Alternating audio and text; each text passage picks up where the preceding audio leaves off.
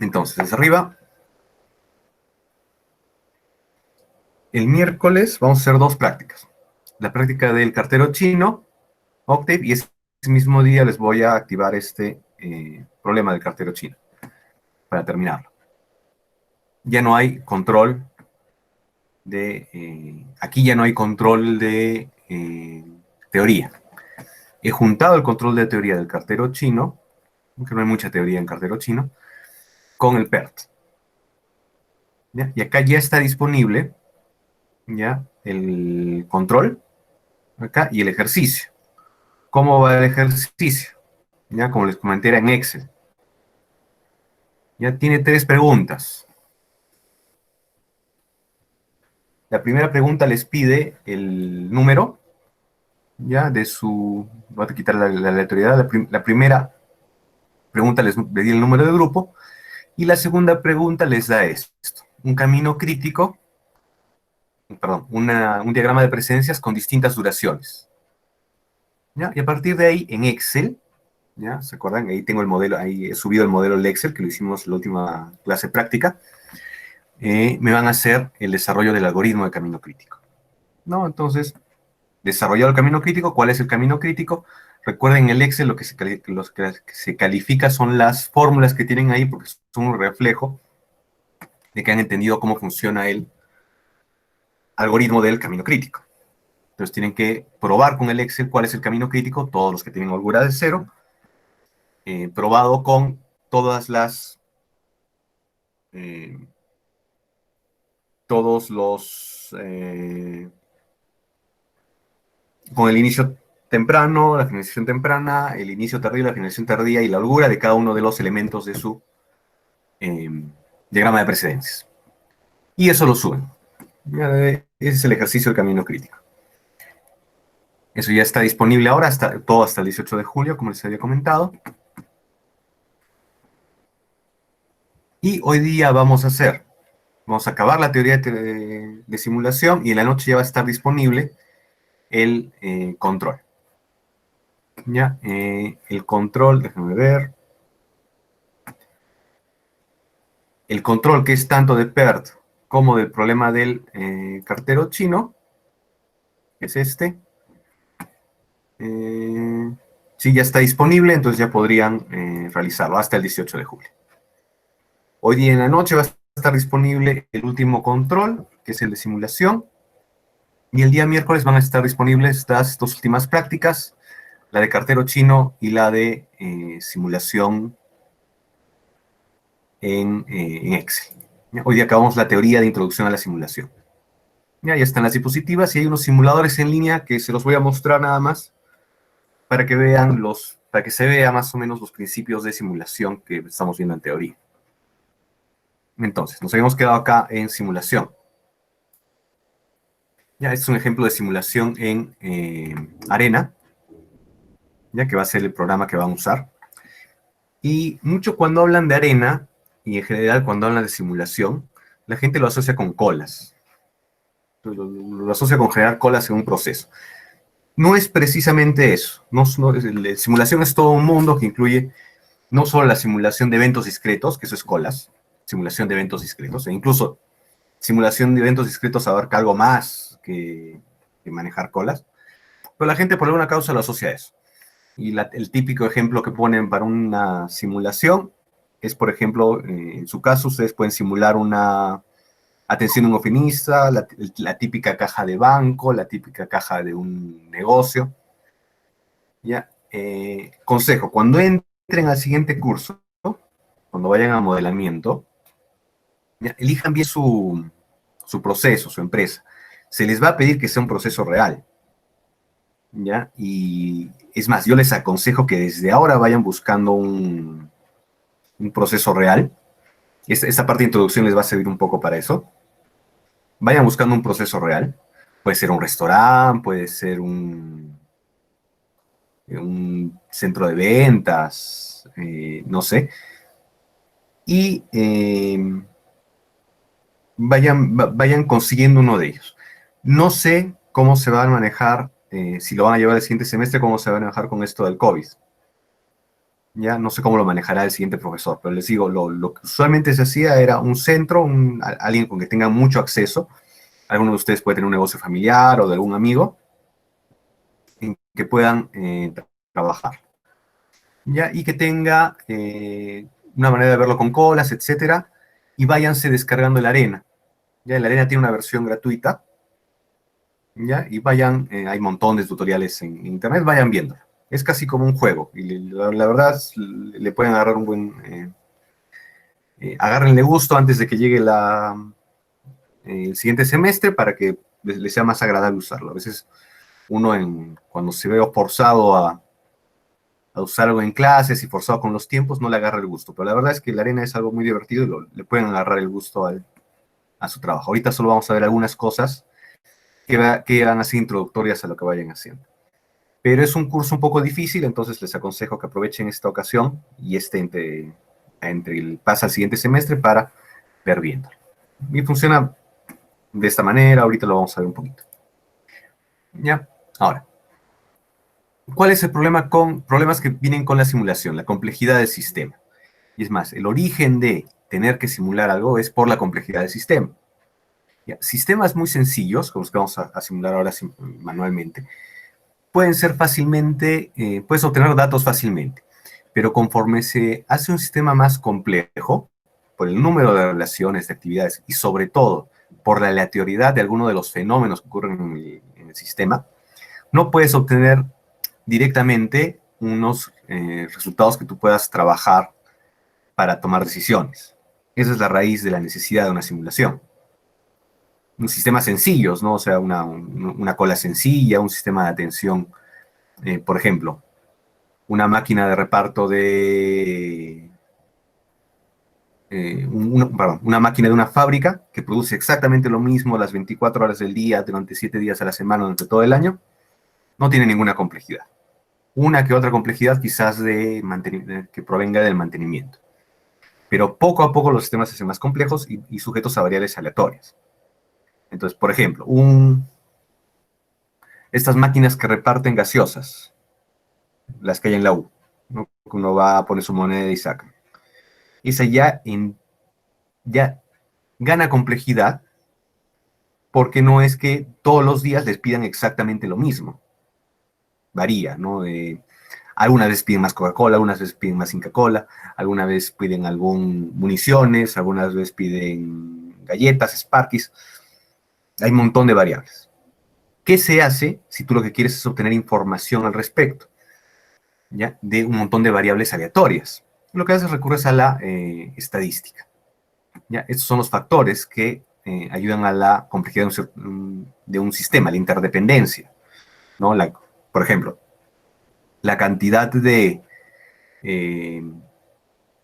Sparkies que tengo que reponer en mi máquina expendedora depende de que han comprado ese mes, que han comprado esa semana. La cantidad a veces se queda sin monedas, tienes que reponer esas monedas. ¿Cuántas monedas de un sol usas? ¿Cuántas monedas de 20 céntimos? ¿Cuántas monedas de 10 céntimos? Todo ese tipo de cosas. ¿Con qué frecuencia se usa? Y eso genera una variabilidad. Interdependencia, cada elemento del sistema afecta a otros elementos. ¿Ya? Y variabilidad, hay un comportamiento variable del sistema, lo que produce incertidumbre. Es inherente a cualquier sistema comprendido por personas o máquinas. Es universal, siempre existe. Más complejo el sistema, más variabilidad va a tener. Mayor aún en personas. Esta incertidumbre, por ejemplo, en las entregas de los proveedores, en el comportamiento aleatorio de las fallas en los equipos, ausentamiento de los obreros, fluctuaciones en la demanda, se puede simular aleatoriamente. Recuerde que la simulación ya es obtener datos de un modelo repetidamente. ¿Ya? ¿Qué es un modelo? Es una representación simplificada del sistema y sus relaciones. Algunos de ustedes harán, quizás yo hago, por ejemplo, modelos a escala de aviones. No es un avión real, pero tiene algunas de las características del avión real. ¿No? Entonces, es un modelado. Por eso también se le llama modelado 3D a las animaciones 3D que se hacen. Hay un objeto real, un sistema real, pero tú lo simplificas. Un modelo siempre es eso, es algo simplificado de tu sistema real. Se simplifica hasta el punto de que puedas trabajar con él. Esa es la idea del modelo. Cuando los arquitectos, las maquetas que hacen los arquitectos, son modelos de lo que ellos imaginan que va a ser una casa, que en fondo es un sistema. Y tienes que representar el sistema, las relaciones, eso es lo que habíamos visto toda la sesión anterior, que compone un sistema, que compone un proceso, relaciones de flujo, relaciones de espacio, y el propósito del modelado es entender, predecir y controlar mejor el comportamiento del sistema. Entonces, por ejemplo, proceso de una decisión, una detención involuntaria, ¿no? Confirmar la detención, admisión a sistemas, admisión al hospital, etcétera. Todo esto es un sistema muy sencillo, que es un sistema administrativo, pero lo estás modelando. ¿Cuándo hicieron ya ustedes modelamiento? Todo este curso y empezaron con el BPMN. En la práctica ese va a ser su punto de partida. En el siguiente semestre, cuando pasen a simulación, lo primero que van a tener que hacer, es más, podrían ir adelantando, y por eso les pedí al comienzo que hiciesen el VPN de procesos reales, que ustedes puedan tener cierta familiaridad, empiezan con eso, ese es el punto de partida, ¿no? Ahí ya es un modelo básico de tu sistema, porque tienen alguna de las interrelaciones, no todas, pero alguna de las interrelaciones. Empiezan con eso. ¿Qué tienen que agregarle a eso? Ahí tienen que llegar a un nivel de profundidad en su modelo. Entonces, por ejemplo, alguno de ustedes había hecho la empresa de Pisco, ¿no? Si mal no me acuerdo, al menos así lo tengo entendido, se usa un alcoholímetro, ¿ya? Para medir, digamos, una vez al día, 2 veces al día, en algún periodo exacto, ir midiendo la concentración de alcohol del pisco que están produciendo, el líquido que están produciendo. Y cuando llega a cierto punto, se lleva al siguiente proceso, ¿ya? ¿Cómo saben ustedes en qué momento va a llegar a ese punto? No lo saben exactamente. Digamos, no sé los días, pero por ejemplo, puede ser que en algún momento demore 10 días, otro demore 12, otro demore 13, otro demore 15. Esa diferencia de los días no la pueden predecir, pero la pueden modelar. ¿Cómo? Usando variables aleatorias. Esa variabilidad, ¿ya?, va a seguir una distribución. Si ustedes registran todas las veces que han hecho y cuánto ha demorado 10 días, 15 días, 12 días, 13 días, etcétera, probablemente, no estoy asegurándolo, pero probablemente siga una distribución normal. Entonces, en promedio, es una curva una campana de una distribución normal. Probablemente en promedio demore 13 días y quizás la campana sea un poco angosta, o quizás sea muy amplia y demore entre 12 y 17 días, con una media de 15 días. Y esa campana la pueden modelar matemáticamente, porque es una distribución matemática, no es una distribución estadística. Ahorita vamos a ver un pequeño ejemplo.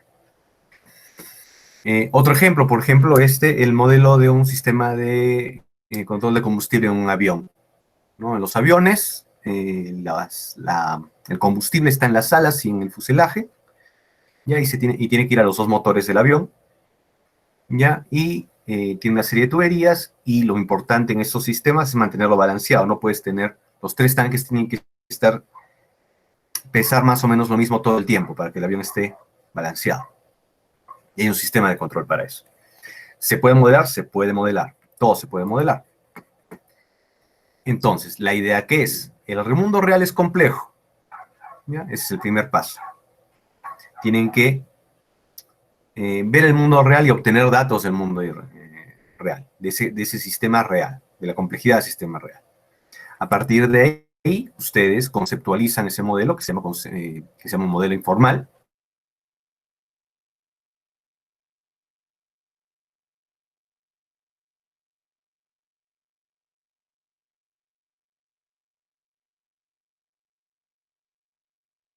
La distribución que les comento en el caso del pisco.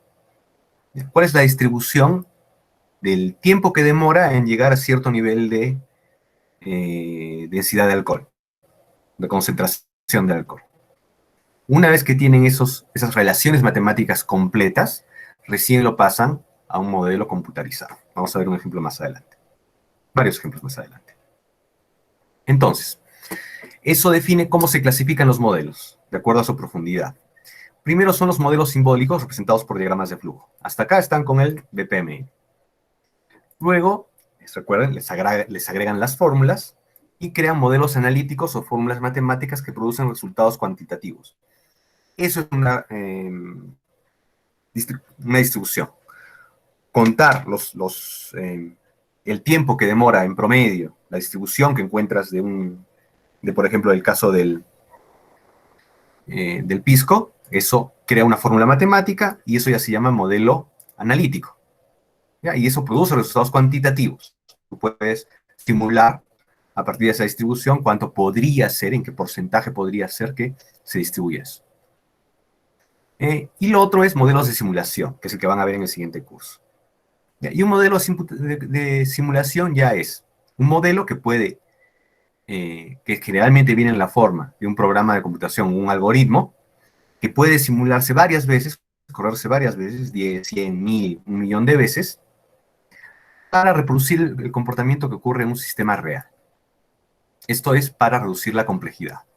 Entonces, el modelo simbólico es para entender cómo funciona tu sistema, el modelo analítico es para agregarle profundidad y saber cómo son las interrelaciones matemáticamente, y el modelo de simulación, que no puedes llegar al modelo de simulación sin haber pasado por los dos pasos antes.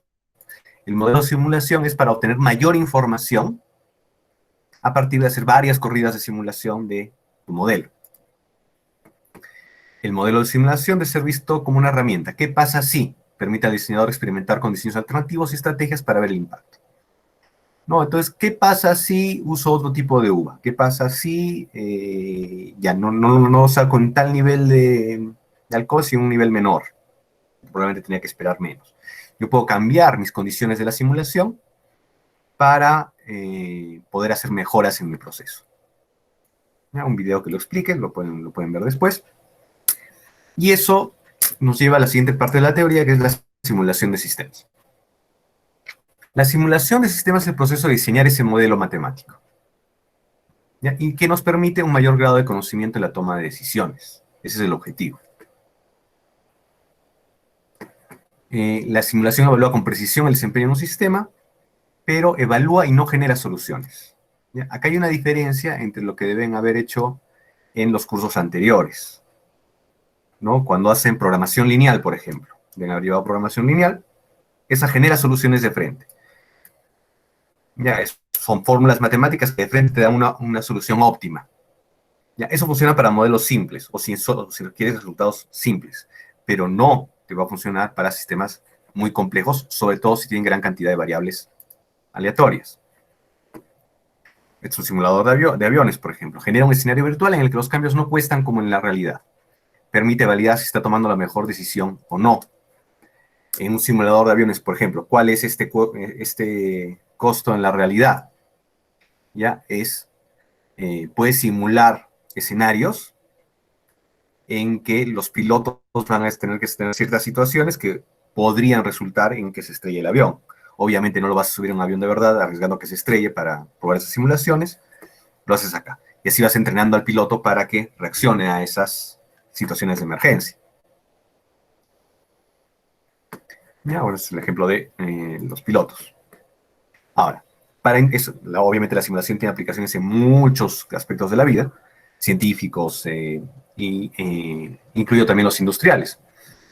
¿Qué ejemplos tenemos? Secuenciación de las tareas, uno de los que más les importa a ustedes, análisis y reducción de tiempos de ciclo, análisis de cuellos de botella, que lo han visto en cursos anteriores, mejoramiento de la calidad, reducción de costos, reducción de inventarios, mejora de la productividad. Estos últimos son los, lo ponen en el rojo, los principales. En general van a usar esta simulación de sistemas en las empresas a las que vayan a trabajar para esto, porque es importante para economizar ahorros, dinero. También para diseño, disposición de planta, que pueden simular distintas disposiciones de planta, simulación de sistemas MRP, balance de líneas, todo lo que han estudiado antes, tamaño óptimo del lote, planeamiento de la producción, programación de recursos, programación de mantenimiento, diseño de controles de sistemas. Tanto en las operaciones como en diseño de planta, por ejemplo, pueden usar esa simulación. Se usa siempre antes. ¿Qué caracteriza hacer una simulación de sistemas? Tiene que captar la interdependencia que existe entre los elementos del sistema. Si no la capta, no es una buena simulación. Tiene que considerar la variabilidad. Es decir, si encuentran una simulación de sistemas que se basa en un modelo en que no encuentran ni una sola variable estadística, ya pueden asegurar de que eso está mal, de que es una simulación que no les va a servir de nada. Porque los sistemas tienen variabilidad y si no lo considera el sistema es que está mal tu simulación. Debe ser suficientemente versátil para modelar cualquier sistema. La versatilidad depende de la profundidad y de realidad de la herramienta que estén usando. El sistema tiene que ser obligatoriamente dinámico, siempre estamos hablando en función del tiempo. Y también debe proveer información estadística. Así como las entradas son estadísticas, son aleatorias, las salidas también tienen que ser estadísticas. Se ejecuta en tiempo comprimido, obviamente. Si, por ejemplo, quieres simular cómo se va a comportar tu sistema durante un año, no vas a esperar un año a que simule el sistema. La ventaja de hacerlo en computadora es que lo puedes hacer en tiempo comprimido, tiempo real o tiempo retardado. Si no, no es útil. Este es un poco opcional, los resultados son visuales y cuantitativos. ¿Por qué digo que es opcional? Porque ahora sí se puede hacer fácilmente resultados visuales, pero si ven la historia de la simulación, que ya tiene unos 200, 300 años por lo menos, antes se hacía con papel y lápiz, entonces no era tan visual la simulación, pero se podía hacer, incluso se puede hacer. Ahora lo vamos a hacer con Excel, ¿ya? El día miércoles, entonces se puede hacer sin que sea visual, ¿ya? Ejemplos de algunas visuales, por ejemplo, una chancadora de bolas, los resultados de los modelos. ¿Qué tipos de simulación puede haber? En este caso, por ejemplo, ya es un modelito de adopción de nuevos productos. ¿Ya? La simulación dinámica incluye el paso del tiempo y tiene siempre un reloj. Entonces, actúa en el tiempo. Otro tipo de simulación, la simulación estocástica probabilística. ¿Ya? Se basa en unas variables de entrada cuya naturaleza es aleatoria. Un modelo estocástico, que significa aleatoriedad, tiene entradas aleatorias. Y por lo tanto, produce salidas aleatorias. Se necesita, cuando haces un modelo estocástico, una simulación estocástica, hacer muchas réplicas de simulación. Probablemente lo han visto cuando hayan hecho simulación Monte Carlo. La simulación determinística, ¿ya? Que es basada estrictamente en un modelo funcional, en una función. Las entradas, las salidas son exactamente las que salen, no hay ninguna complejidad, no hay estadísticas, entonces no requiere mayor complejidad. Eso lo han visto en sus cursos anteriores, los de programación, los de... bueno, en sus cursos anteriores probablemente hayan visto este tipo de simulaciones. Y la que nos interesa a nosotros, la simulación discreta. Los eventos se dan en puntos discretos del tiempo, ¿ya? Con los cuales se actualizan los valores de las variables del estado de modo en dichos puntos. Existe un intervalo de tiempo variable entre la ocurrencia de un evento y el otro. Es el típico caso de las colas, por eso pongo este ejemplo. Las colas, por ejemplo, van variando. Un instante es 10, otro instante son 12, otro instante son 15, otro instante son 16, otro instante 0. Y se diferencia, esta es la diferencia entre las dos, con la simulación continua. En este caso, por ejemplo, la simulación del nivel de un tanque. Las variables del estado cambian continuamente respecto al tiempo.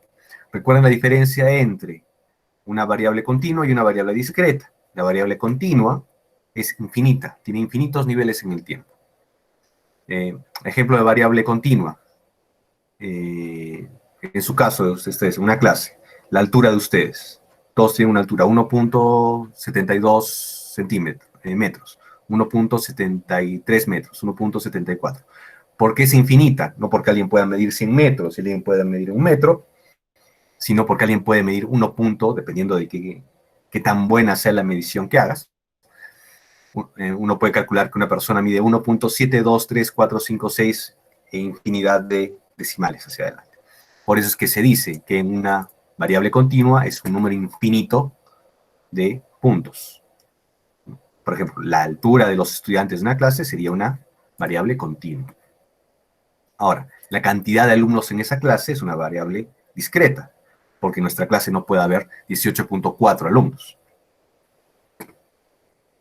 Y cuando hay una combinación de simulación discreta y simulación continua, lo que obtienes es una simulación mixta. Son sistemas híbridos, tienen tanto parte discreta como parte continua. Por ejemplo, yo he puesto un grifo. En un grifo, por ejemplo, el nivel del tanque, el nivel de gasolina que hay en el tanque subterráneo, ¿ya?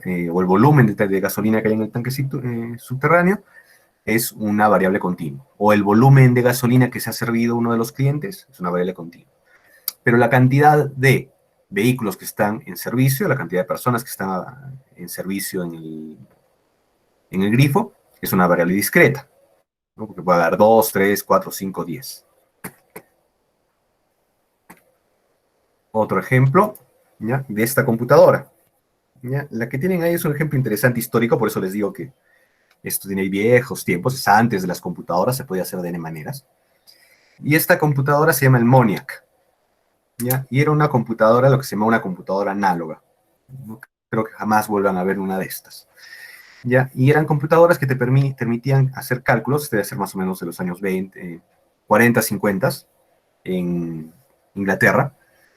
¿Ya? Y esta MONIAC tenía la particularidad de que simulaba con, como ven, son tanques y flujo, metían agua ahí coloreada, incluso ven acá un caño, y pretendía simular la economía inglesa de esa época, la economía del Reino Unido, ¿no? En una parte entraba la cantidad de divisas que están entrando, ¿no? Se regulaba el tamaño de las válvulas, por ejemplo, con la tasa de inflación, o por ejemplo, con la tasa de interés del Banco Central, ¿no? Y con eso podías obtener, por ejemplo, la tasa de desempleo. Viene de una época en que se pensaba que todo eso se podía calcular objetivamente. Ya no era tan cierto, tenía sus límites, pero es interesante cómo esta máquina, esta computadora análoga, ya es una simulación de un sistema extremadamente complejo como la economía británica. Algún otro video que les dejo. ¿Ya? Y vamos a entrar a esta herramienta. Se les he dejado también en el link. Esa la tengo acá. Pueden jugar un poco con esto para que vean cómo funcionan las simulaciones. ¿Ya? Acá hay varios tipos de simulación. Ya, en realidad no son solo visuales, no, les recomiendo que los vean todos, son interesantes. Acá, por ejemplo, está la continua, ya que hay un sistema solar, una galaxia, etcétera, y simulaciones, obviamente, de esos sistemas. ¿Ya? Y algunos directos, ¿no? Por ejemplo, un modelo de una computadora, una colonia de hormigas simulada con JavaScript, etcétera. ¿Cuáles son las más parecidas a las que van a llevar en el curso de simulación? Estos. Ejemplos de simulación de eventos discretos. En general se le llama como DES. ¿Ya? Por ejemplo. ¿Ya? A ver, mejor lo reseteo. ¿Qué ejemplos tenemos acá? Tenemos 4 ejemplos. Gestión de inventario. Uno de estos drive-thru, uno de estos restaurantes en que tú llegas con tu carro. En la economía de un modelo que se llama Lemix. Y, por ejemplo, este es interesante, y ojo que esto estaba hace tiempo, es de una enfermedad contagiosa, ya que estamos en eso. Seguro han estado viendo en las noticias que cómo se mide qué tan grave es el SARS, el COVID. No es, se mide cuántos se están infectando y cuántos se están recuperando. Este es un modelo de eso. Entonces, por ejemplo, lo simula a 2000 repeticiones, 2000 días, ¿ya? Tú introduces la cantidad de las variables del modelo y los objetos iniciales, ¿ya? Acá te dice que hay las personas, cada persona, ¿ya? Acá no muestra toda la tabla, por supuesto. El estado es 1 es infectado, 0 es no está infectado. Ya hay 10 personas que están infectadas de la población, arrancan con eso. Y acá ya vemos las probabilidades de transmisión. Entonces ven como ya de inmediato, saben que esto es un modelo porque ya está trabajando con probabilidades. En este caso, 0,03. Ya es la probabilidad que se pueda transmitir esa enfermedad, que es en realidad de 3%. La probabilidad de recuperación sería 2%. Ustedes podrían hacer un modelo ¿ya? En el cual, a partir de los datos que ya conocemos, por ejemplo, del COVID, podrían calcular la probabilidad de transmisión y la probabilidad de recuperación. O sea, cuánta gente se está recuperando en este momento en los hospitales se puede calcular. ¿Cuál es el ratio de transmisión? Se puede calcular. Hace poco han dicho que el ratio de transmisión es 2, que es el RT, quiere decir que cada persona va a contagiar a 2 personas. Se encuentra es muy, muy, muy, muy alto. Ya comparado, por ejemplo, con este modelo. Por ejemplo, del 11 al 13 y hasta toda la población, que son en total 1000, todos no están contagiados.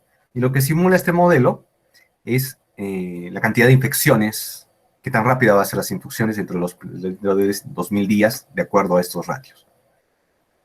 Ya, acá está el beta y el gamma, que son los grados de transmisión. ¿Ya? Y corremos el experimento. ¿Ya? ¿Por qué demora? Porque debería ser usualmente rápido una sola simulación, pero en realidad hace varias. Simulación de Monte Carlo. ¿Ya? Y estos son los promedios de esos resultados. La típica meseta, famosa meseta, ¿ya? De los recuperados, los infectados como tienen un pico, ¿ya? Y los susceptibles, ¿no? Que se dan cuenta es una inversa de la cantidad de recuperados, ¿ya? Durante 2000 días. ¿De qué te sirve esto? Bueno, acá está la narrativa, si quieren la van a ver, es básicamente lo que les he explicado. Ya, volvemos a hacerlo.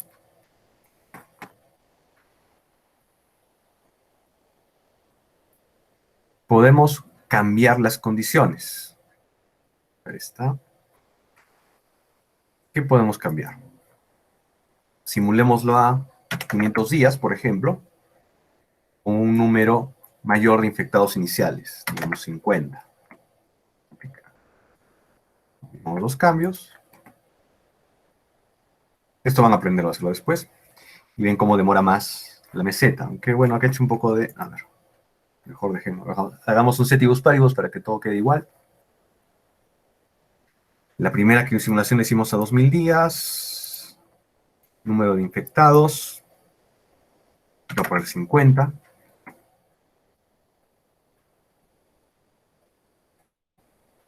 Y corremos la simulación.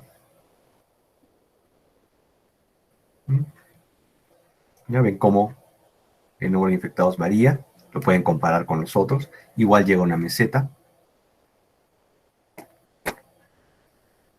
¿Qué podrían estar representando en ese caso, en esa simulación? ¿Por qué habría 50 infectados para empezar? Porque probablemente no se cerraron las fronteras a tiempo, no se cerraron antes. Si se hubiesen cerrado antes, hubiese habido un menor número de infección. Podemos cambiar los ratios de transmisión. Sabemos que el ratio de transmisión de nuestro actual enemigo es un poquito mayor.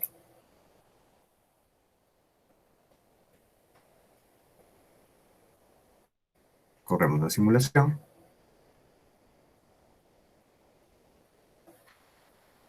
Fíjense qué tan alta es la meseta. Son los célebres modelos que se están usando para tratar de predecir cómo va a ser la infección. Miren cómo llegan 1000 infectados rápidamente, con picos terribles. Estos son los picos que se tienen que evitar. Y este es el tipo de modelos que les ayudan a trabajar. Tienen otros modelos acá, si quieren pueden jugar con ellos. Lo está enseñando este, que era un poquito relacionado con lo que está pasando con nosotros. Ahora, antes de ir, a ver, acá vemos la teoría. ¿Qué más? Dos tipos de modelos básicos, los modelos analíticos versus los modelos de simulación. Ya, diferencia, los modelos analíticos los ven en programación lineal, planos aburridos. Los modelos de simulación los van a ver en el siguiente semestre, complicados, complejos, más divertidos. ¿Ya? Los modelos analíticos, por lo general, representan situaciones estáticas, no necesariamente, y lo ven en programación lineal y no lineal. Los resultados llevan a una solución óptima. Van a tener una sola solución. Los modelos de simulación no. En los modelos analíticos no pueden considerar situaciones aleatorias porque las funciones son constantes y las entradas son constantes. ¿Ya? Por eso es que, y acá hay una crítica al modelo PERT, se ve forzado a usar tiempos promedios de proceso, otros indicadores. La crítica típica del modelo PERT. Sí, es muy útil, pero es el último recurso que tienes cuando tienes otra manera de conseguir datos fiables. Haz un PERT. ¿No? Que en el fondo es hacer, como hemos visto, en el fondo es hacer estadística.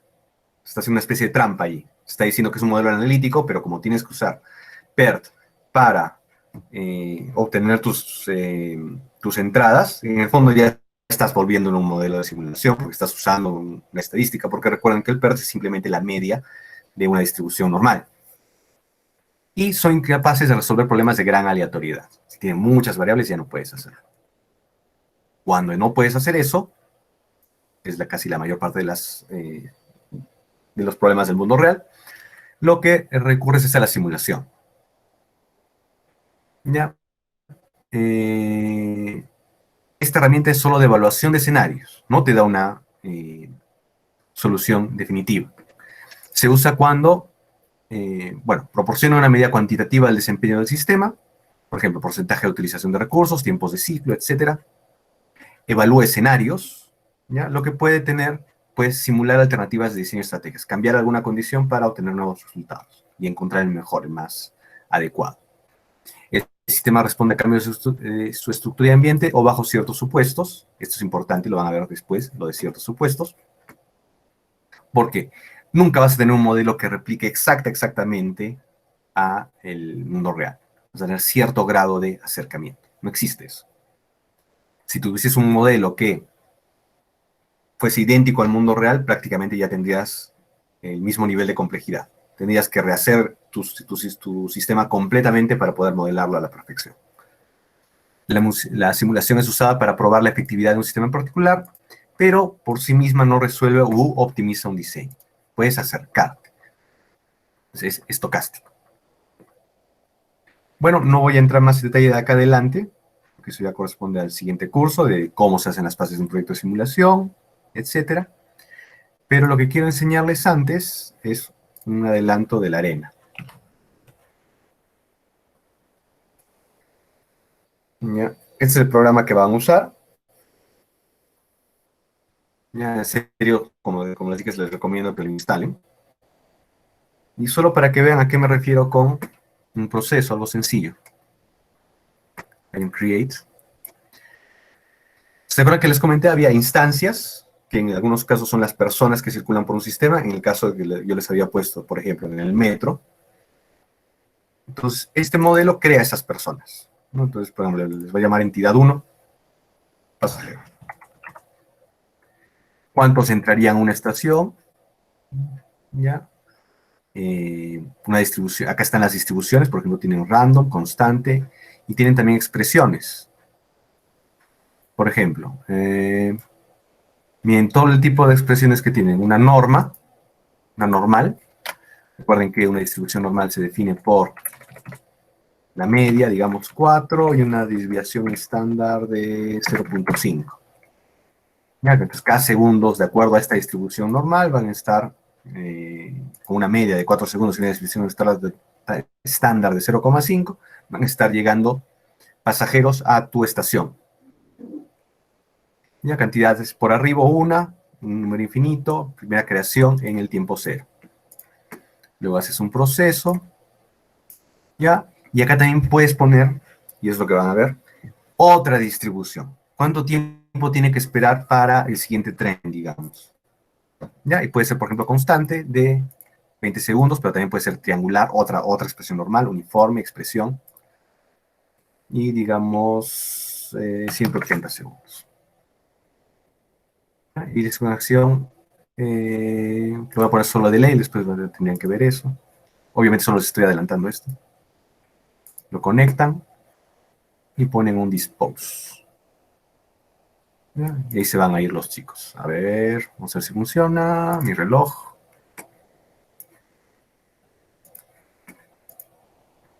Puedo poner un reloj digital para ver cómo avanza el tiempo. Así no hay ningún error. Y están llegando. Y a veces tienen que esperar. Lo voy a poner más lento. Van llegando al proceso. Se demoran ahí un tiempo y luego salen del proceso. ¿Ya? Si quisiera hacer una cola, puedo demorar este proceso. Que demore 30 minutos el tren.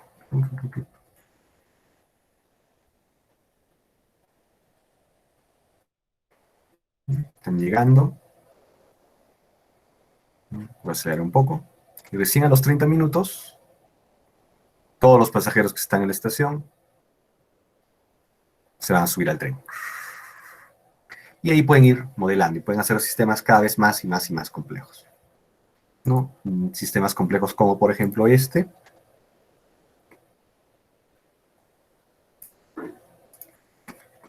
¿Ya?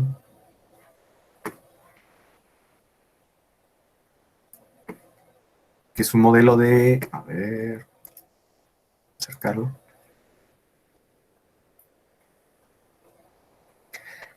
Que es un modelo de la avenida Jorge Chávez y Goyeneche, ¿no? Con todas las entradas y sus intersecciones. Se dan cuenta, acá funciona como un diagrama de flujo con su sector. Algunos carros van por acá, otros carros van por acá. Pueden definir las horas. Cada uno de estos, se dan cuenta, tiene una distribución que pueden ser calculadas. Si quisiesen hacer bien su modelo y tener resultados realistas del modelo, tendrían que ir a Goyeneche, pararse y estar viendo los tiempos que van a hacer. Van a tener que hacer eso cuando hagan el siguiente curso. Van a tener que, váyanse comprando un cronómetro. Hay unas aplicaciones también que les sirven para hacer ese cronometrado de cosas. Y a partir de ahí sacan estos tipos de simulaciones. Eso solo como antesala y para ya cerrar este curso.